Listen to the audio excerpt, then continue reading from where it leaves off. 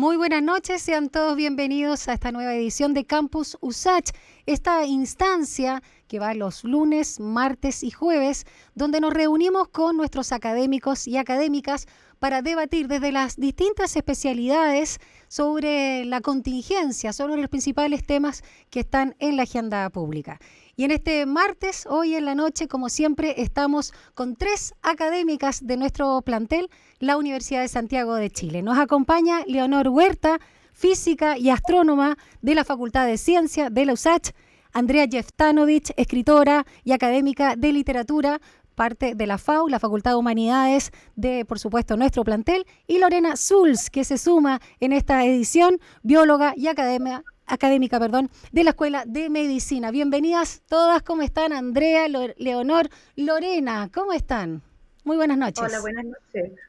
Buenas noches. Lorena, quiero partir Bueno, contigo porque no pudiste estar la vez anterior no, porque venías viajando del eclipse. Brevemente, ¿cómo estuvo esa experiencia? estuvo maravilloso, aunque llovió muchísimo, pero bueno, nosotros andábamos viajando por el sur antes de que cerrara la región, entonces nos pilló como en el Salto del Laja al cierre, ya andamos turisteando por ahí y no, y estuvo maravilloso, y lo entretenido que bueno, tuve que la oportunidad de hacer clases desde Ah, el lago sí, Caburba, sí, porque con las clases online, maravilla. justo el mismo día lunes del eclipse. Y no sé, yo que vi el eclipse pasado en el desierto a cielo descubierto y ahora se vio muchísimo menos, pero no sé, en el rato de la totalidad, como fue a mediodía, la oscuridad se notó muchísimo Claro. y las tonalidades de violetas y rosados Ujú. que salieron entre medio de las nubes fue bastante increíble. Nos perdimos el primer anillo diamante, justo pasó una nube por ahí, pero el segundo se vio perfecto. Maravilloso. Tenía ganas de ver la estrellita, apareció una sola nomás, no alcancé a ver una sola. Bueno, pero Pero fuiste una privilegiada por estar ahí in situ, al igual sí, que Leonor, que nos contó que el año pasado también estuvo en la zona de La Serena. Vamos a los temas que nos ocupan y quizás nos preocupan cuando estamos con un nuevo escenario en la pandemia, y quiero partir con la información que hasta el momento se tiene de esta nueva cepa o esta mutación del COVID-19, ¿no? Porque lo que está con claridad es que es una mutación que hace que este virus sea más contagioso, pero hasta el momento no implica mayor letalidad. Cuéntanos un poquito, quiero partir con Leonor, ¿qué información tiene al respecto cuando en Reino Unido, esto ya desde septiembre se detectó, luego en noviembre empezó a aumentar y ahora ya en diciembre se hizo mucho más extenso? Creo que los 2/3 de los contagiados en ese país, en la isla británica, están con esta nueva mutación, con esta variante, y que preocupa, y por eso está el cierre justamente en las fronteras para las personas de ese país. Leonor, ¿qué sabes de esta mutación y qué podría implicar cuando sabemos que los virus en general mutan, aunque el COVID-19 se había presentado bastante estable? Bueno, habría que partir un poquito más atrás diciendo que el COVID que nos llegó acá a América Latina ya es una mutación, no es exactamente el mismo que partió en Wuhan. Ahí Lorena puede corregirme más fuertemente. Así es que nosotros del de Wuhan, la cepa que salió de Wuhan en China, no es la que recibimos acá, ya era una mutación europea. Eh, eh, Unos estudios que yo leí situaron esos primeros casos europeos de nueva cepa entre Italia, me parece que es más exactamente, y ahora esta es una nueva mutación. ¿Ah? Exacto. Esta mutación ya es para ya tendríamos que ubicarla como en la segunda ola en Europa. ¿Ah? Yo me niego rotundamente a hablar de segunda ola acá en Latinoamérica, yo creo que estamos siendo arrasados todavía por la primera. Nunca bajamos de los 1.000 contagios diarios. Lo que bajó considerablemente fue la mortalidad, pero ¿cómo se llama? Pero seguimos y ahora ya retomamos los 2.000 casos diarios. Así que Latinoamérica en el fondo puede mirar al futuro, por decirlo de alguna manera, con lo que está pasando en Europa, con lo que pasó en Reino Unido, esos estudios que están haciendo en que por algún motivo que todavía no han podido determinar, esta nueva cepa, tiene un nombre técnico, no recuerdo, ganó espacio, ya el 75% de los contagiados es con esta nueva cepa. y ya se detectaron casos importados en los otros países, en 4 países europeos que tienen que ver tienen su origen, su foco en Reino Unido. Así es que se entiende que estén tomando medidas, que varios gobiernos en Europa también estén apretando las medidas, haciéndolas más duras. Yo personalmente soy un poco crítica de medidas como los toques de queda. Sin embargo, en Europa han tenido que recurrir a los toques de queda Sí. porque el relajo está favoreciendo la propagación de esta nueva cepa, y ellos están empezando a enfrentar. Acuérdense que ayer fue el solsticio, para nosotros es solsticio de verano, pero en el hemisferio norte es solsticio de invierno. Y nosotros ya vimos que la peor cara del virus la vimos en invierno. Así es que hay que ver cómo le va en este verdadero invierno, primer invierno, que cuando paró la primera ola en Europa era mediados y Mm. finales de invierno, era casi comienzos ya estaban en más de la mitad del invierno, ya había pasado la peor parte del invierno. Ahora van a enfrentar esta segunda ola con un invierno así de frente, de Exacto. cara. Y Así que respecto, también es una oportunidad para que miren. sí, sí, sin duda. Respecto a lo que decía Leonor de la preocupación de los distintos gobiernos, ya el nuestro acaba de convocar una reunión, ¿no?, especial con científicos que va a estar liderada por el ministro de Ciencia y Tecnología, Andrés Kuhn. Vamos a ver ahí qué sacan el limpio. Lorena, como bióloga, ¿qué nos puede decir de la información que se sabe hasta el momento de la nueva cepa del COVID-19? Bueno, yo quiero primero partir diciendo que los virus mutan y mutan muy rápido, ¿ya? Casi todas estas mutaciones como que dejan el virus casi igual y nos sirve a nosotros los científicos como para ir trazando el linaje. Por ejemplo, se puede saber que Ujú. esta cepa tiene origen en Inglaterra porque el genoma así lo dice y uno puede ir trazando como un árbol genealógico. Ahora, esta nueva cepa lo que se ha descubierto es que aumenta la contagiosidad, ¿ya? Sí. Y en test in vitro hacen que estos virus, ponte tú, infectan más células por unidad de tiempo. Y eso se correlaciona con el aumento de los contagios en Europa. Y no es raro que esta nueva cepa desplace a la otra porque se contagia más rápido nomás. Claro. Ahora, si esta aumenta la letalidad o no, es algo que todavía se está investigando. Entonces, las medidas que han cerrado fronteras son básicamente preventivas. Uno no puede esperar que quizás de aquí a 2 semanas, 3 semanas, sepamos que esta nueva cepa no es más letal, sino que es más contagiosa. Pero uno no puede tomar el riesgo, entonces las fronteras se cierran al tiro porque los experimentos están siendo en tiempo real casi con toda la población.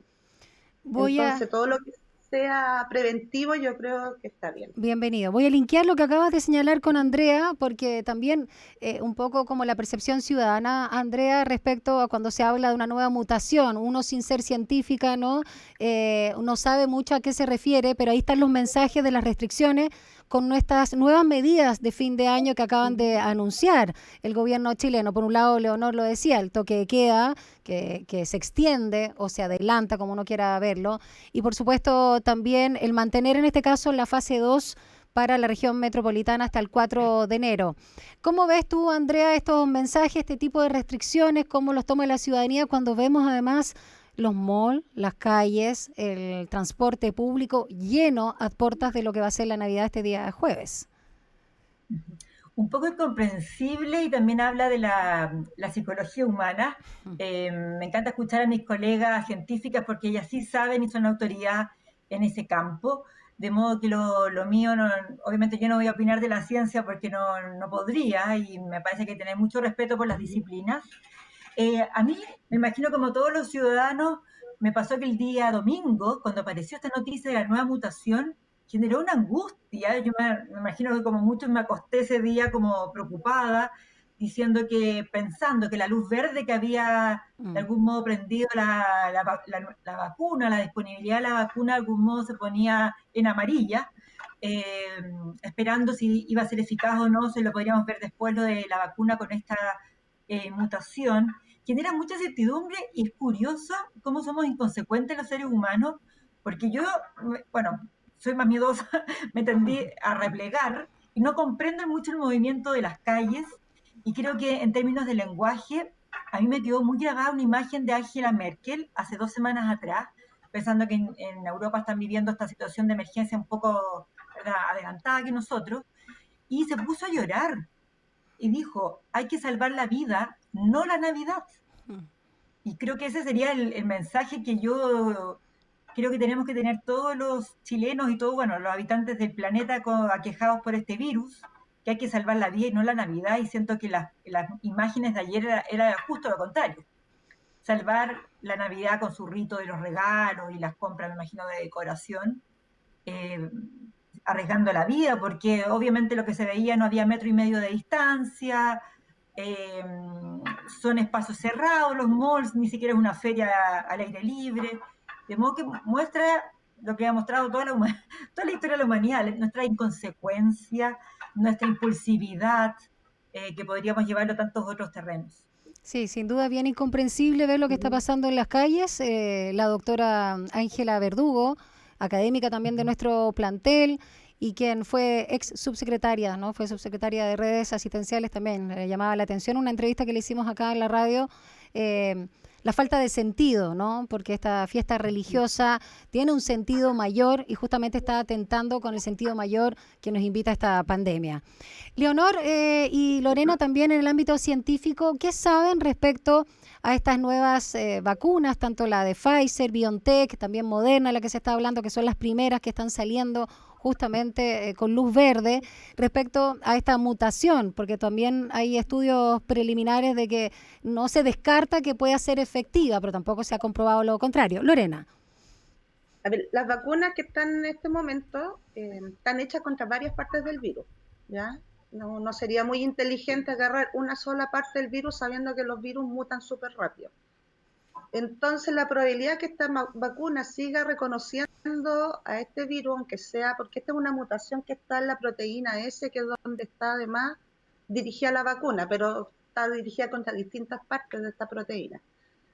Y por lo que yo estaba leyendo, los Pfizer y todas las demás están diciendo que aunque llegara a cambiar, como ya tienen el protocolo hecho, basta cambiar la secuencia por esta nueva y se la añaden a la vacuna. Estaría como en 6 semanas de nuevo productiva la vacuna. Y lo otro es que este virus empieza a mutar en sus proteínas, la proteína esta, la spike, que es la que usa para meterse dentro de las células, como lo hace el virus de la influenza. Entonces ahí habría que empezar a crear una vacuna nueva todos los años, igual que el virus de la influenza. Ah, claro. Pero al estar ya desarrollada la capacidad productiva, que es lo que más demora en un periodo de puesta en marcha de una vacuna, aparte, bueno, de la fase 3, que aquí se hizo en tiempo récord porque hubo una cantidad de voluntarios que no se juntaban en 5 años en otros momentos. Toda esa parte ya está hecha, entonces la parte de ir ajustando la fórmula, entre comillas, de la vacuna no debiera ser tan lenta, o sea, alcanzaría a ser de un año para otro, como el de la influenza.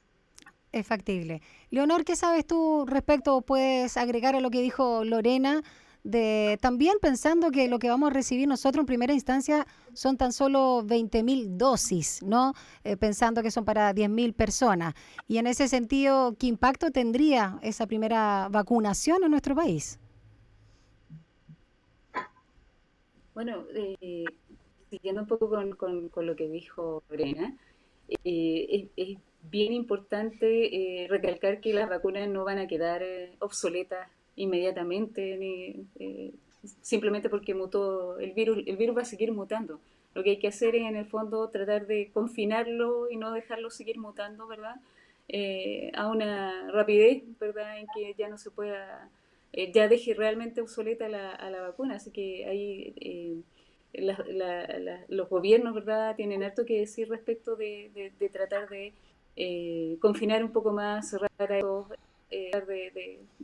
de aislar las zonas en las que esté, o sea, en el fondo, no hacérsela fácil al virus para que siga mutando, porque claro, la vacuna va a seguir, las vacunas van a seguir sirviendo por un tiempo, pero va a llegar un momento en que también se va a necesitar más datos, más estudios para ir mejorando las vacunas.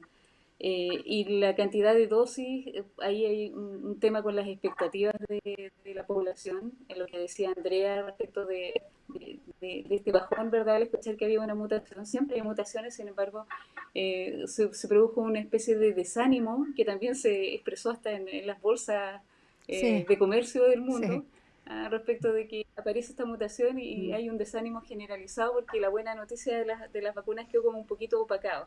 Así que también hay que empezar a transmitir el mensaje de que esto va a ser lento, en una situación de la que vamos a salir lentamente y que hay que tener alto compromiso social de comunidad, ¿verdad?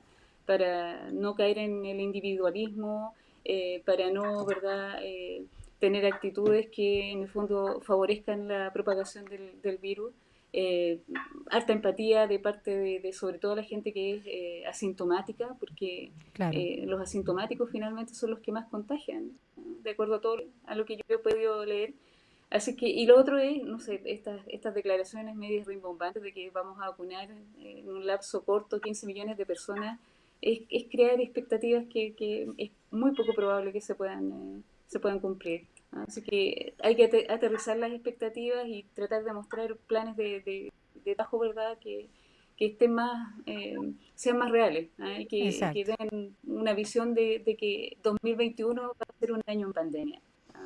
Brevemente, para finalizar este primer bloque de Campus USACH, quiero preguntarle, quiero partir con Andrea respecto a lo que tú señalabas de la inconsecuencia del ser humano, pero acá me quiero detener en las autoridades, en aquellos que tienen cargos públicos y debiesen dar el ejemplo. No solo el uso, el no uso más bien, no uso de mascarilla por parte del primer mandatario, que le ha costado una multa de 25 millones de pesos cuando estuvo ahí en la playa de Cachagüe, se sacó una selfie sin mascarilla.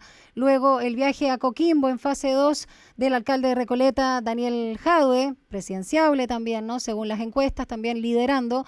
Y por último, la declaración sobre el no vacunarse porque sería un riesgo, porque no confía en la seguridad al 100% de algo que salió en tan rápido tiempo, o sea, como que no está comprobado, no puede ser seguro, de un diputado de la República, en este caso el RN Gonzalo Fuenzalía. ¿Qué pasa con esos mensajes, Andrea? Quiero verlo contigo, que tú eres más experta también en la comunicación y lo que también nos llega a nosotros como ciudadanos cuando nos están pidiendo todos los cuidados y vemos estas autoridades que hacen justamente lo contrario. Gravísimo.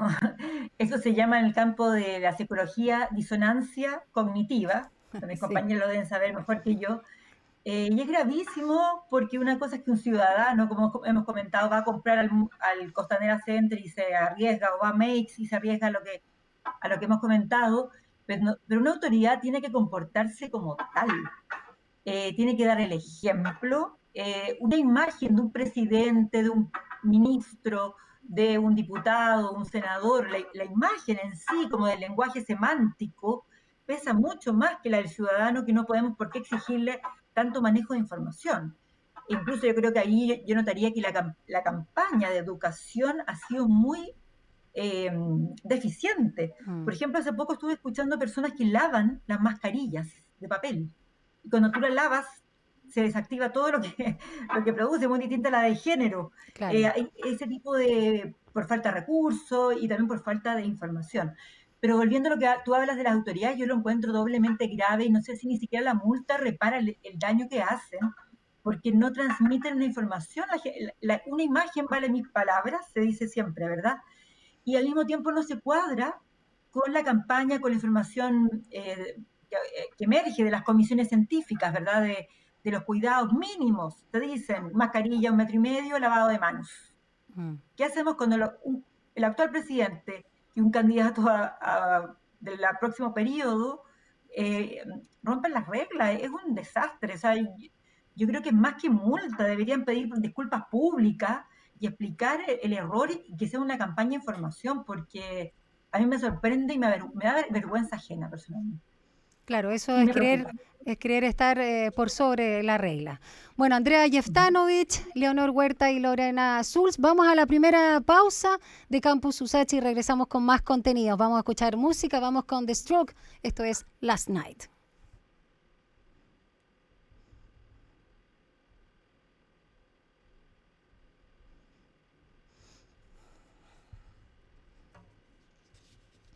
Bueno, estamos de regresos De regreso en esta nueva edición de Campus USACH, en esta noche donde estamos conversando con nuestras académicas de nuestro plantel desde el mundo de la ciencia y también de la cultura. Estamos con Leonor Huerta, quien es física y astrónoma de la Facultad de Ciencia. Nos acompaña también Andrea Jeftanovich, escritora y académica de la Facultad de Humanidades de la USACH, y Lorena Sulz, bióloga y académica de la Escuela de Medicina de nuestro plantel. Vamos a un tema que es más macro. Lo venimos conversando hace bastante tiempo en el debate público, que es la poca importancia, ¿no?, que se le da a la ciencia y a la cultura. Van de la mano estos dos ministerios cuando han tenido reducción presupuestaria y cuando incluso las cabezas, ¿no?, que lideran estos mismos ministerios no se han mostrado defensores justamente de estas áreas tan importantes para el desarrollo de cualquier país. Y en ese sentido, cuando estamos mirando siempre a los que llamamos países desarrollados, justamente esos pilares están muy, muy fuertes. Y en esta pandemia, una vez más, han quedado rezagados. Y bueno, como dato, recordemos que Chile invierte en ciencia y conocimiento menos del 0,4% del PIB, cuando el promedio de la OCDE, al cual pertenecemos, es del 2,4%. Leonor, quiero partir contigo, viendo esta situación que no mejora. Está el tema también de las becas Chile canceladas para el año 2021, que también generó ahí mucha controversia a partir de algunas declaraciones. De hecho, quiero citar a Pablo Valenzuela, que es Premio Nacional de Ciencias del año 2002 y director científico de la Fundación Ciencia y Vida, empresario también del sector biotecnológico. Dijo que Becas Chile, a propósito de esta eliminación, era un gastadero de plata. Y dijo básicamente que se les daba, ¿no?, mucho dinero y se mantenía o solventaba la estadía de la familia de las personas vinculadas que estaban haciendo doctorados en el extranjero. ¿Qué te parece esta situación, más allá de estas frases o esta opinión, pero que también, al igual como lo decía Andrea en el primer bloque, tiene una responsabilidad? Sí, un poco desalentador, ¿verdad? Lorena tiene que compartir conmigo el hecho de que uno impulsa a muchos estudiantes de pregrado que quieran continuar estudios de posgrado, eh, y que se suspendan las becas Chile, ¿verdad? O todos los problemas que están teniendo los actualmente becados con los pagos, ¿verdad?, de, de los dineros, ¿verdad?, para la mantención, que haya un movimiento, ¿verdad?, tratando de mejorar las condiciones en las que están.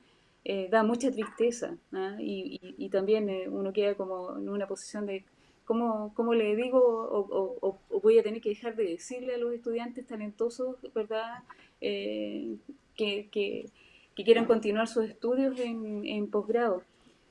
Así que es una mala noticia ese tipo de comentarios, es una mala noticia el presupuesto tan mezquino para ciencia, sobre todo en un contexto en que la sociedad a nivel mundial está valorando el trabajo científico. Exacto. ¿Ah? Así que en ese sentido, pucha, qué pena. ¿Ah? Resulta que hace un contrasentido tener un ministerio de ciencia, ¿verdad?, para dar noticias así como que el presupuesto va a seguir siendo miserable y que además no van a haber becas. Y por otro lado uno ve, ¿verdad?, en qué se está gastando la plata, en artefactos, ¿verdad?, para represión y cosas así, que uno dice, bueno, ¿hay o no hay plata? Porque si no hay plata, ok, se entiende, pero si hay plata y se gasta en otras cosas, a uno le hace ruido. ¿Ah? ¿Por qué las prioridades, verdad, son o se establecen bajo qué parámetros? Así que nuevamente un año más en que la ciencia es postergada brutalmente. No, ahora, yo sé que en el área de las artes y las humanidades es peor todavía, Sí. pero en ciencia, en este contexto tan dramático de la pandemia, es más el contrasentido todavía. Y lo de las becas Chile, para todos los que alguna vez tuvimos becas de algún tipo, ¿verdad?, y fuimos al extranjero, valoramos absolutamente la experiencia de haber hecho estudios en el extranjero. Aunque fuera un año de pasantía o fuera el programa completo, te da una visión, te da un roce, te conecta con redes de trabajo de otro nivel que, no sé, los argumentos que se dan para para decir que es un gastadero de plata, la verdad es que deja mucho que desear. Lorena, ¿cómo ves tú esta situación y sobre todo el trabajo que han hecho, como lo decía también Leonor, los científicos y las científicas en medio de esta pandemia? Bueno, yo comparto la misma visión de Leonor. Si bien el programa Becas Chile, por poner un ejemplo, necesita una reformulación, no es un gastadero de plata, o sea, en absoluto. Uno de los argumentos que dan es que los programas de doctorado acá en Chile son de excelencia, y eso es cierto. Yo estudié en un programa de doctorado acá, pero dentro de mi programa de doctorado me dieron la oportunidad de salir 4 veces del país a ser parte de mi tesis, y eso me generó una comunidad de trabajo, abrirse a la comunidad internacional, sobre todo en este tiempo que el conocimiento en general, y aquí meto la cultura también, que es parte del área del conocimiento, cada vez más globalizado.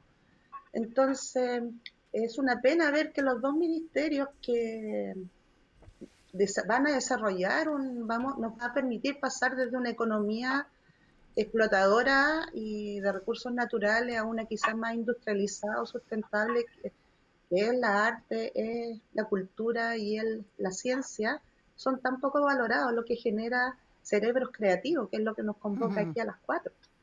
Entonces, es una falta de visión increíble, como el mismo sistema de las becas Chile. Exacto. Ahí te perdimos un poquito, Puede Lorena. invertir en un Ahí. fondo de inserción. Entonces, es cierto, tenemos un montón de fugas de cerebro porque acá no hay trabajo, no porque no quieran volver. Exacto. Andrea, antes de ver Todo contigo, esto, sí. perdón Lorena, que se nos va un poquito la señal, entrecortado se nos escucha. Ya. Quiero darle paso a la Andrea, solo incluyendo una cita de Nicolás del Valle, que es coordinador para Chile de Cultura de la UNESCO. Lo que dice él, la verdad, es algo que hemos escuchado muchas voces, pero parece que a algunas no les entra, ¿no? Él dijo que los estados deben apoyar la ciencia y la cultura para responder mejor a crisis futuras. Cito, la ciencia y la cultura pueden ser transversales en las políticas de salud, económicas, sociales, medioambientales, entre otras, contraviniendo la concepción tradicional que concibe a ambos sectores como secundarios de la agenda de reactivación y recuperación del país. Esto lo uno a lo que también señaló la ministra de Cultura en nuestro país sobre la reducción presupuestaria, ¿no?, de su cartera. Dijo, un peso que se coloque en cultura es porque se deja de colocar en otro programa o necesidad de los ciudadanos, y eso nos pena, dijo la ministra. Andrea, a propósito de lo que acabo de señalar, y porque obviamente a ti te compete aún más, no digo que a Leonor y a Lorena no, pero por tu área de trabajo, ¿cómo ves lo que está pasando en el Ministerio de la Cultura? Teníamos tantas expectativas, al igual que con el Ministerio de Ciencia cuando se generaron, pero pareciera que realmente no tienen mucho peso. Bueno, esa frase de la ministra muy desafortunada, pero también yo lo pondría todo en blanco y negro. El ministerio ha hecho cosas interesantes, pero creo que en la pandemia, me refiero como una historia del ministerio, se han hecho cosas, hay concursos, hay iniciativas interesantes. Por supuesto que esa frase, me imagino que ella ni siquiera piensa así, fue bastante desafortunada porque ella es una antropóloga, yo no la conozco mucho, pero digamos, si nos quedamos en la frase y no en la persona, digamos, la frase habla un poco de esta mirada que la cultura es suntuaria, cuando la cultura, por supuesto que no es suntuaria, es una industria cultural y genera tal vez en un área simbólica que a veces es difícil de tangibilizar desde una mirada a nación, una idea de comunidad, una idea de colaboración, una capacidad también, por supuesto, lectora, y no desde cómo entender la campaña, tener pensamiento crítico. Si te dicen el domingo, sabe que están aumentando los casos y hay una cepa nueva, no arranque el día luna a comprar como loco, y eso implica pensamiento crítico, empieza a elaborar bien las frases.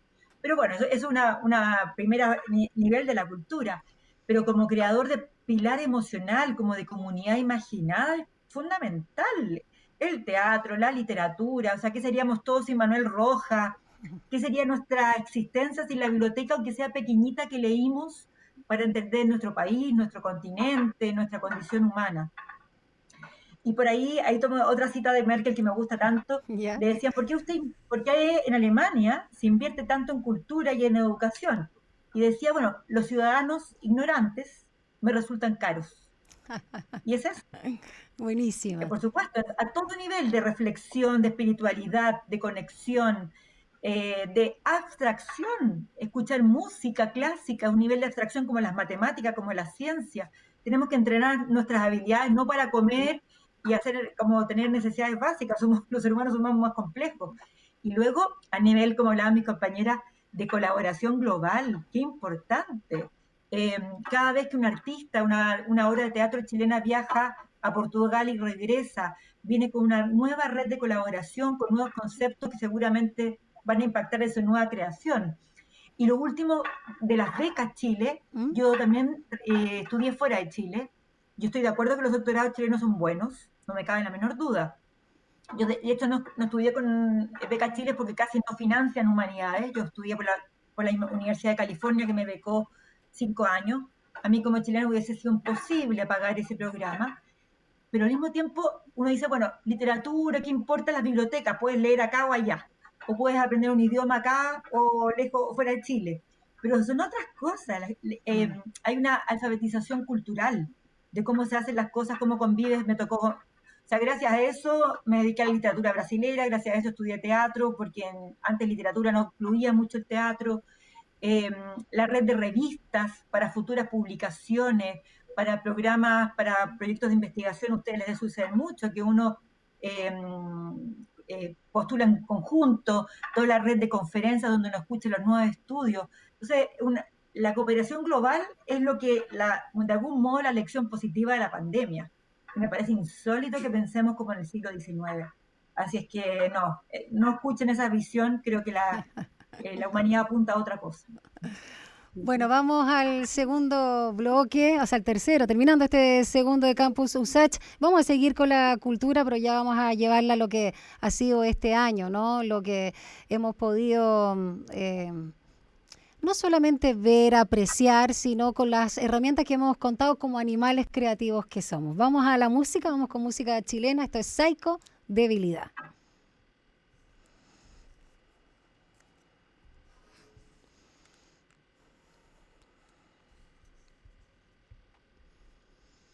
Estamos de regreso acá en Campus USACH. Estamos por las redes sociales de Radio USACH y por supuesto también nos pueden ver a través de todos los, digamos, plataformas de nuestra universidad, porque estamos siempre aquí en las noches, los lunes, los martes y los jueves con los académicos y las académicas de nuestro plantel. Y hoy nos acompaña Leonor Huerta, Andrea Jeftanovich y Lorena Azuls, que desde el mundo de la ciencia y la cultura nos están compartiendo sus apreciaciones, sus reflexiones desde sus especialidades. Y bueno, si uno piensa, claro, se habla mucho a propósito de la productividad y cómo ha sido golpeado a nivel social y económico todo lo que es la industria y el gremio del turismo, por supuesto la hotelería, gastronomía, comercio también en general.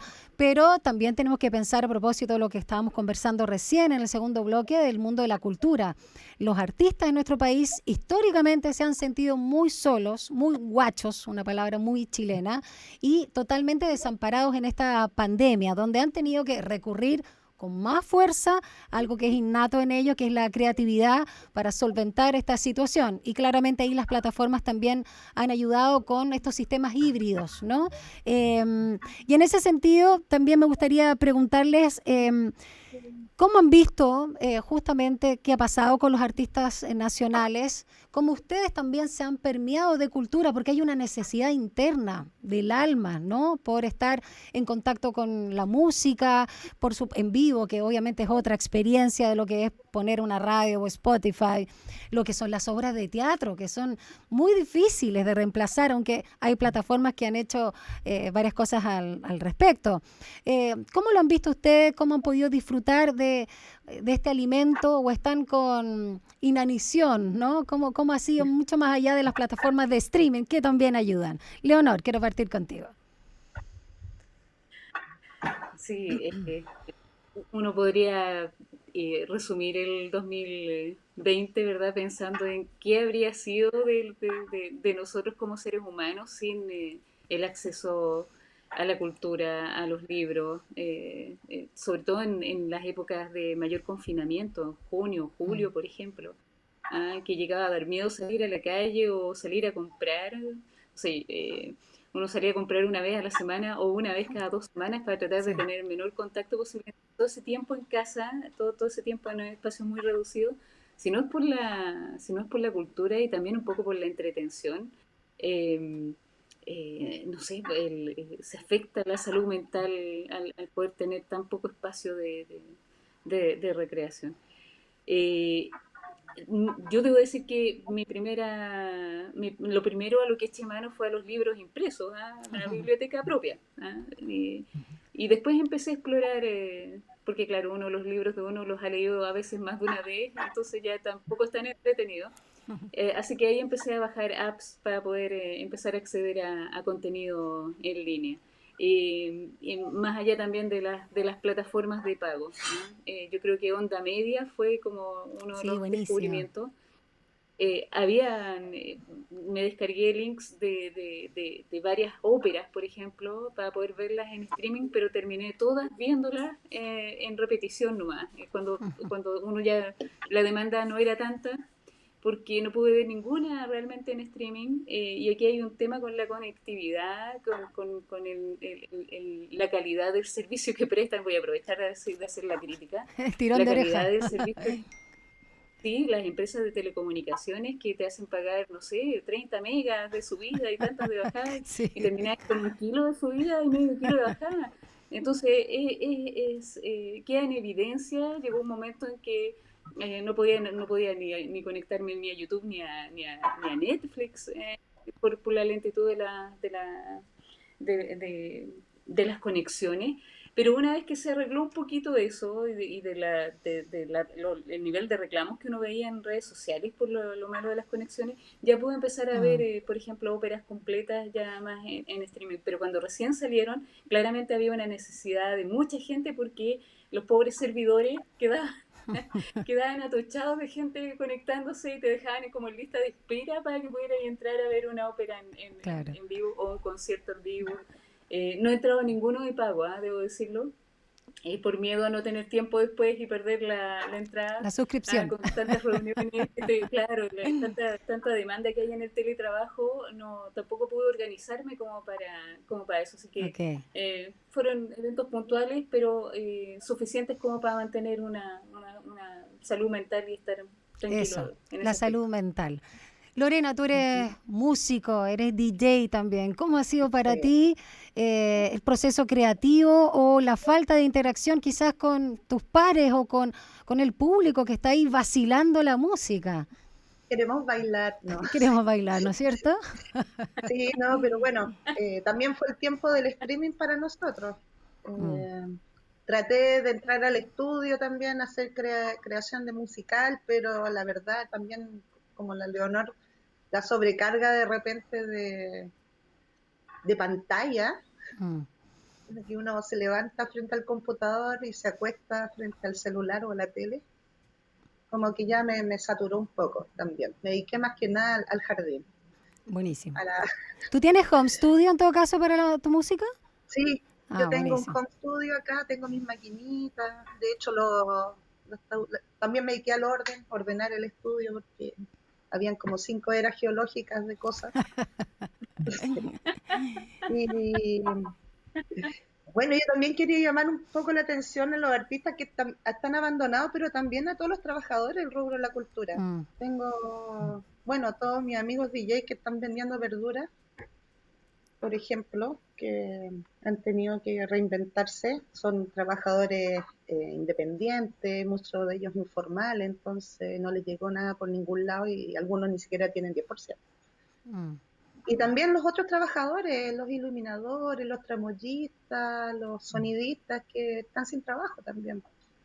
Y el gobierno dentro de todo tampoco ha podido darle cumplimiento a porque son familias que detrás tampoco tienen para comer, entonces, y la misma ministra de Cultura decía que no tenía ninguna atribución legal para darles un IFE, por ejemplo, porque Mm. están fuera del Exacto. sistema, no, no sé, es cosa de pensar ahora que se viene un proceso constituyente, si queremos como Alemania declarar el conocimiento y la cultura como bien básico, bien necesidad básica o si queremos seguir dándole ínfula solamente a lo que da plata, al negocio y no al ocio. Yo creo que hay muchas expectativas y esperanza, ¿no?, de que estén presentes en el proceso constituyente. Andrea, tú no solo eres experta en literatura, eres también muy entendida y amante del teatro, y algo que tú también nos comentabas cuando estábamos viendo los temas, ¿no?, para abordar en esta edición de Campus USACH, es un poco también pensar la oferta que se viene ahora de los festivales de teatro, ¿no? Sin ir más lejos, Santiago 1000 o Teatro 1000, ¿no?, el Festival Internacional, que viene ya su nueva versión, parte el 3 de enero hasta el 24, es inédito, en este caso absolutamente híbrido entre lo digital y lo presencial, con todos los protocolos también sanitarios, multiformato, multiescenario, 360, bueno, y toda la información ahí en las redes sociales, pero interesante también cómo se puede repensar. A propósito, lo decía Leonor, Onda Media, que si bien existe del 2017, pero ahora tuvo el boom como el Netflix chileno, y también Escenix, ¿no?, a propósito de la plataforma de teatro. Cuéntanos, Andrea, cómo ha sido para ti este año que está finalizando y estamos a puertas de esta nueva temporada 2021 en nuevo formato, y si sientes que esto de alguna forma permite también repensar la forma en que nos acercamos, no me gusta la palabra consumimos, nos acercamos a la cultura, de poder generar también esta masividad, no solo la gente que pueda ir a un GAM, a un Matucana 100 o al escenario que sea para disfrutar de nuestras artes. Sí, absolutamente. Así como se aceleró la producción de una vacuna y del conocimiento científico, creo que se aceleró la digitalización, el acceso digital, en la medida que uno tiene ¿verdad?, acceso a Internet, Sí. que sabemos que también no hay que darlo por hecho. Es impresionante cómo se aceleró la cantidad de contenido que se subió a distintas plataformas, que si bien yo estoy de acuerdo que ir a una función de teatro no es lo mismo que ver una función de teatro desde la pantalla, pero igual habría que pensar que no todas las personas viven en Santiago, Exacto. no todas las personas tienen capacidad de desplazamiento de noche, cuando son generalmente las funciones, y otra serie de impedimentos, tercera edad, vivir en las regiones más extremas de Chile, perdón. De modo que es muy positivo que tengamos una onda media. Creo que de algún modo yo misma me siento como espectadora, he tenido acceso a películas chilenas que en el circuito comercial duraban muy poco o no se daban. Solo me enteraba de ellas porque sigo algunos de los directores y veía la cantidad de festivales a las que asistían. También pasa en Escenix, me pasa que justo este semestre que enseño teatro en pedagogía en castellano, y mis alumnos son muy jóvenes, entonces nunca vieron una obra de Radrigán con los actores de Radrigán, con su grupo más, sus Elenco colaboradores más original, permanentes, claro. el elenco original, y esta vez a través de Escenix le puede mostrar obras registradas en otros momentos, no del 70, pero quizás sí de los 90, de modo que yo celebro Cenix, hay que solo registrarse o algunas funciones que comprarlas online. Y también también estuve ahí indagando en las redes, que antes de pasar a los festivales de teatro, porque es muy a corto plazo, la costumbre del concierto de Navidad. Por Cierto. ejemplo, el USACH se hizo el miércoles pasado, pero quedó grabado. Y hay muchas cosas efímeras de las artes vivas que si uno no estuvo, no las experimentó. De modo que, de algún modo, hay un acervo nuevo, o sea, están alojando una serie de espectáculos, ¿verdad?, que o se graban sin público ahora, pero uno no puede estar en todos los lugares en todos los tiempos. De modo que les recomiendo el de Extensión USACH, ha grabado el último concierto de Navidad se tocó a Bach, a Haydn, y está muy, muy bueno. Y el día de mañana, por favor, vean el de Caetano Veloso. Se llama Veloso Natal, Concerto du Natal de Caetano Veloso, Qué maravilloso, lindo. gratuito. Solo hoy día ya probé, hay que inscribirse en el ¿Ya? YouTube de Caetano Veloso. Y de ese modo Genial. uno tiene acceso el mismo 24. Y vi que algunas municipalidades van a tener en parques, con todas las distancias de la seguridad, van a tener algunos conciertos en vivo el día jueves a las 8, me imagino que de la cena de Navidad, que es una linda costumbre. Y yo quería, antes de entrar al teatro, recomendar otra Brevemente, Andrea, porque se nos cosa pasó, perdón, el maravillosa. tiempo volando. Cortito. Perdona, pero Ernesto cortito. Natal, Sí. sí, Ernesto Neto en la sala de Centro de Arte de la Moneda, un artista visual maravilloso. Y tal vez, como queda poquito tiempo, puedo dar la otra semana un especial de Festival de Quilicura, gratuito, dedicado a Radrigal Sí. y Santiago Mil. Pero la otra semana. Ya, vamos a estar el próximo martes entonces viendo esos temas. Quiero agradecer una vez más que hayan estado esta noche con nosotros en Campus Usacha, Leonor Huerta, Lorena Zulz y Andrea Viestanovich. Se nos pasa volando, es impresionante, ¿eh? Pero Bueno, muy contenta de estar con ustedes una vez más y será entonces hasta el próximo martes a las 22 horas aquí por el canal de YouTube de Radio Usach. Que tengan una linda noche y vayan a descansar. Gracias también por compartir sus opiniones y reflexiones con nosotros. Bueno, Buenas gracias. Será entonces hasta el próximo martes y nos vamos con música. Nos vamos con Pedro Piedra y Álvaro Enríquez. Esto es Hipnotizada. Chao.